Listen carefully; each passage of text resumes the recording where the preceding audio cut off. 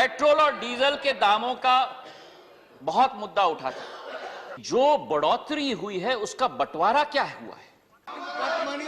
आप मेरा honourable leader of the house, लोगों के आंखों में धूल झोंकने की भी सीमा होती है। Press the bell icon on the YouTube app and never miss another update. MSP की बात की गई यहां।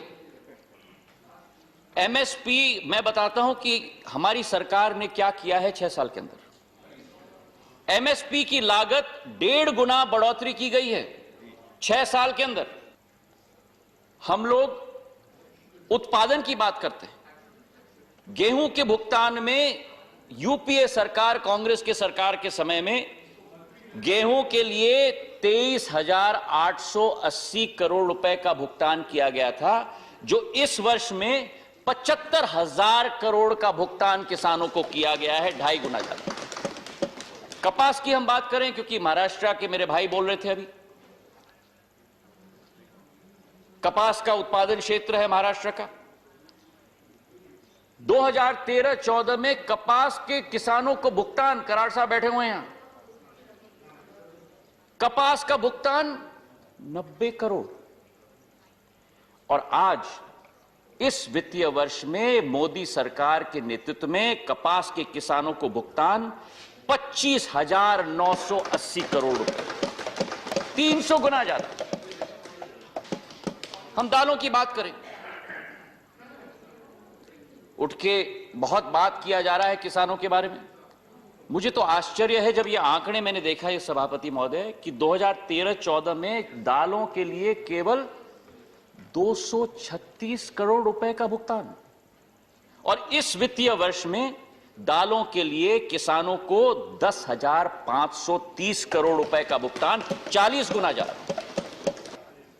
किसान सम्मान निधि के तहत 1,13,000 करोड़ एक एक गरीब किसान के खाते में पहुंचाया गया है।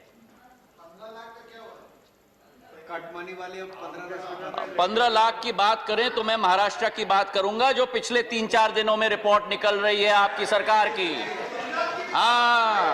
मेरा मुंह मत खिलवाना, नहीं तो मैं शुरू हो जाऊंगा। जो 100 करोड़ रुपए गृह मंत्री के द्वारा लिया जा रहा है, माननीय सिंधिया जी, मेरा मुंह मत खुलवाना। माननीय Scindia ji, please Karad ji, please sit down. आप 100 कराड़ जी, सिट डाउन।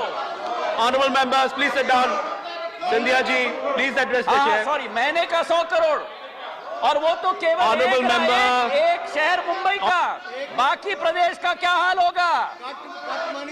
आप मेरा honourable leader of the house, honourable leader of the house, जब सच्चाई बोली जाती है तो थोड़ी मिर्ची तो लगती ही है। और मैं समझता हूं स्वामी विवेकानंद जी के शब्द मुझे याद आ रहे हैं, और उन्होंने कहा था, and I quote, arise, awake and stop not till the goal is reached, unquote. और यही हमारे सरकार का मूल मंत्र है। सभापति महोदय, आज बात उठाई गई थी सदन में पेट्रोल और डीजल के दाम। प्लीज ऑनरेबल मेंबर,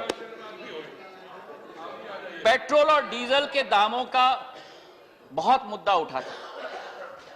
यह असलियत है कि दामें बढ़े हैं, पर यह असलियत भी है कि जो बढ़ोतरी हुई है उसका बंटवारा क्या हुआ है। लोगों के आंखों में धूल झोंकने की भी सीमा होती है। आज जो पेट्रोल और डीजल के दाम, जिसकी राशि मिलती है, उसका अगर खर्चा आप निकालो तो खर्चा निकालने के बाद 40% राज्य को मिलता है और 60% केंद्र को मिलता है। वित्त मंत्री जी यहां बैठी हुई हैं, अगर मेरे आंकड़ों में कोई गलती हो तो जरूर मुझे सही करें। 40% राज्य को मिलता है, 60% केंद्र को मिलता है। लेकिन जो 60% केंद्र को मिलता है, उसमें से भी फाइनेंस कमीशन के नियम के अंतर्गत 42% दोबारा राज्य को जाता है। तो असलियत यह है कि राज्य को 40% नहीं मिलता सभापति महोदय, राज्य को उस राशि का 64% मिलता है और केंद्र को केवल 36%। और आज जो दुहाई दी जाती है पेट्रोल और डीजल के दाम का, क्यों नहीं विपक्ष अपने राज्यों में पेट्रोल और डीजल का दाम क्यों नहीं कम करते? अपने शहर का क्यों नहीं कम करते? महाराष्ट्र में तो सबसे बड़ा दाम है Honorable member, पेट्रोल और please. डीजल का। Honorable member, please address the chair. यहाँ सिंधिया जी, आप लोग सरकार please को take दुहाई your दे रहे seat. हो और Honorable अपने member, आप please तो take your कदम seat. नहीं उठाते। और यही इतना कहना चाहता Please हूं address आपको the chair, सभापति सिंधिया जी. महोदय, Please कि address the chair. जिनके Please, honorable members, thank you. सभापति महोदय कि जिनके घर शीशे के Please. होते हैं वो दूसरों पर पत्थर नहीं फेंकते। सभापति महोदय, अच्छी बात बोली, आपको अच्छी लगी तो ऐसे थोड़ा मार दीजिए हाथ, आप थोड़ा सा मार दीजिए, एक बार मार दीजिए। क्यों कष्ट हो रहा है आपको? अगर अच्छी लगी मार दीजिए।